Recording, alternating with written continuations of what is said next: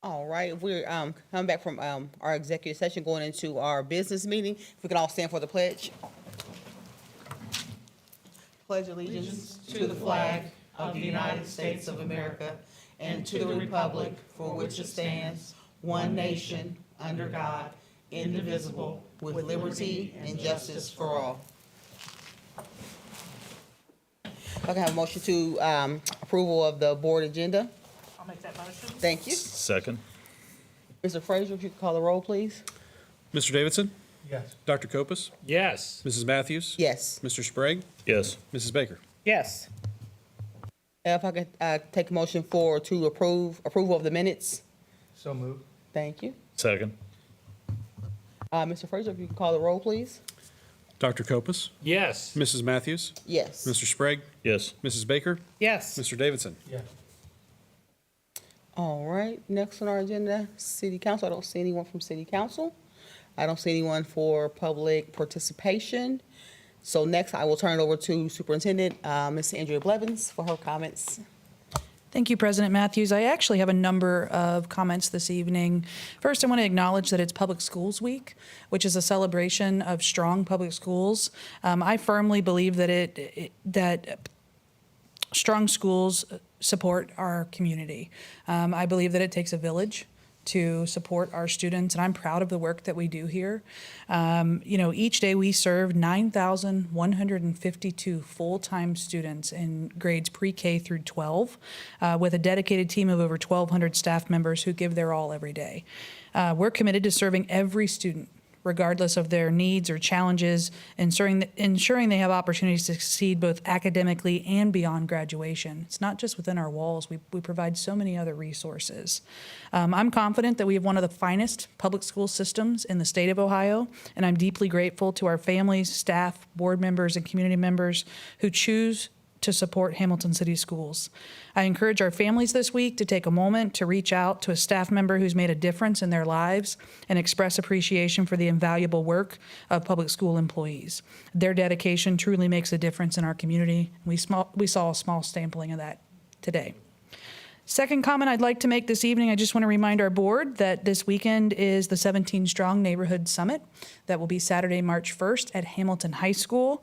Registration will begin at 8 a.m. with the actual kickoff will begin at 9. We have amazing representation from our district at this year's summit.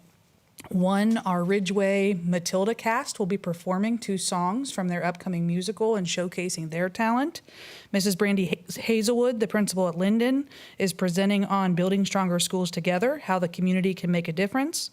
Ms. Sorrentino is participating in a session on Building Stronger Schools, how the community can help with mental health in the community. Miss Missy Harvey will be presenting in a session called Celebrating the Unsung Women Who Build Connection and Belonging. Mr. John Zeri will be co-presenting called Welcome to Opportunities, Pathways from Kindergarten to College. A group of our administrators from every single one of our elementary buildings and Mr. Smallwood are going to be leading a panel discussion on a conversation with Hamilton City School leaders. And finally, I will also be presenting with an opportunity to meet the new superintendent and engage with the community. So I'm just very proud to see that Hamilton will have a seat at the table. Again, going back to my sentiments that a strong school district represents a strong community, and I just appreciate the invitation from 17 Strong this year. It's also hard to believe that it is the end of third quarter next week. We are already there. So it is the end of third quarter on Thursday, March 6th. I do want to remind our families that we do not have school on Friday the 7th. That is a teacher records day to get report cards and grades in for the quarter. We are wrapping up an amazing winter season of athletics. Our fine arts are knee-deep in competing and traveling all over. Our show choir this weekend will be going to Taze Valley to compete in quite a few competitions. I also have very exciting news that senior Mason Kelly today qualified for the state championships in bowling. So I love to see our numbers of our swimmers who have qualified. Again, we provide so many opportunities and outlets for kids to pursue their passions. And I just want to thank everyone. We are 3/4 of the way through this school year, and I just feel it goes faster every time I turn around. We'll come back on Monday the 10th to start fourth quarter, which will be a busy and exciting 9 weeks. I also wanted to take a second. Earlier this week, I got the opportunity to attend the retirement celebration of Gunny Sergeant Todd McAllister. He has led our ROTC program for over 20 years in this district, and he has created an award-winning legacy program. And his service is extremely important. I know many of you have been able to see him over the years, and I just wanted to acknowledge his support for our district. But President Baker, President Matthews, those are all of my comments this evening. Awesome. Thank you so much for sharing that. Greatly appreciate that update. So next I'll take a motion to, what was I going to say? Our board policy, that we had attached a resolution to adopt the DEW special education model policies and procedures to be approved as presented.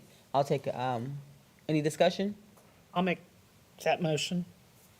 Second it. Mr. Fraser, you can call the roll. Mrs. Matthews? Yes. Mr. Sprague? Yes. Mrs. Baker? Yes. Mr. Davidson? Yes. Dr. Kopus? Yes.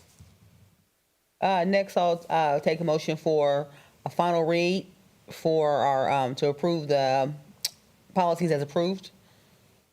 Approve the policy as presented. So moved. Thank you. Second. Mr. Fraser, if you call the roll. Mr. Sprague? Yes. Mrs. Baker? Yes. Mr. Davidson? Yes. Dr. Kopus? Yes. Mrs. Matthews? Yes. Our human resources, I'll take a motion for personnel items. I'll make that motion. Thank you. I'll second. Thank you. Mr. Fraser, if you can call the roll. Mrs. Baker?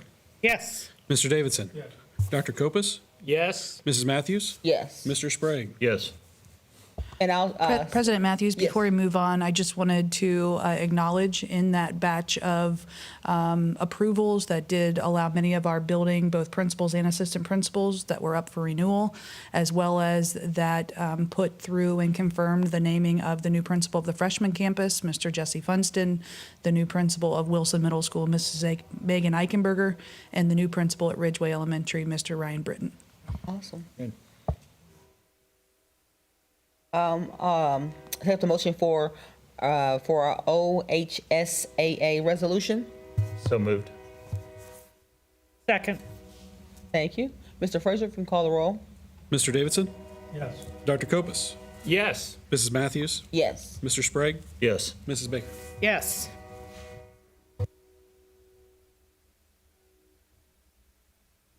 Next, we'll have our consent agenda.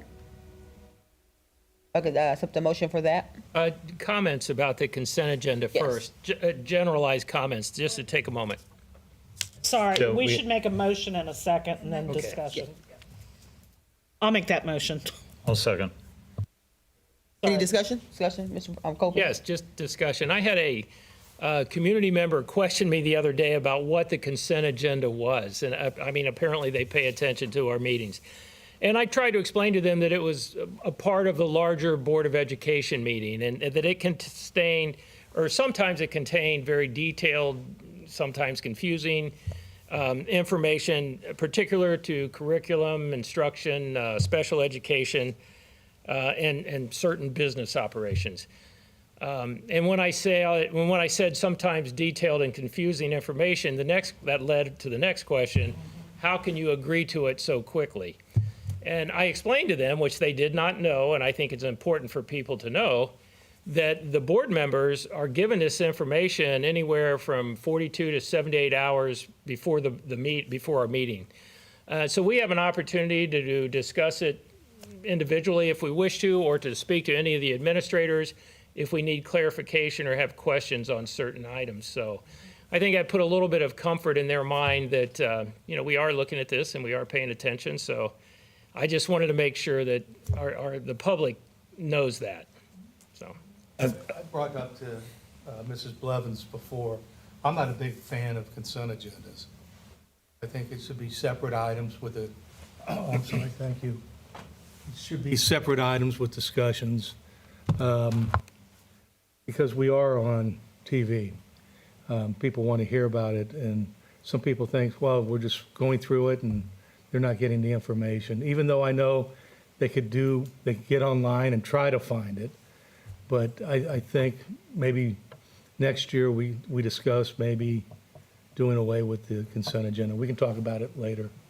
But Then, Dave, my feeling is that we have the opportunity as board members to review it in advance, and we have the opportunities to discuss it just like any other items that we need to.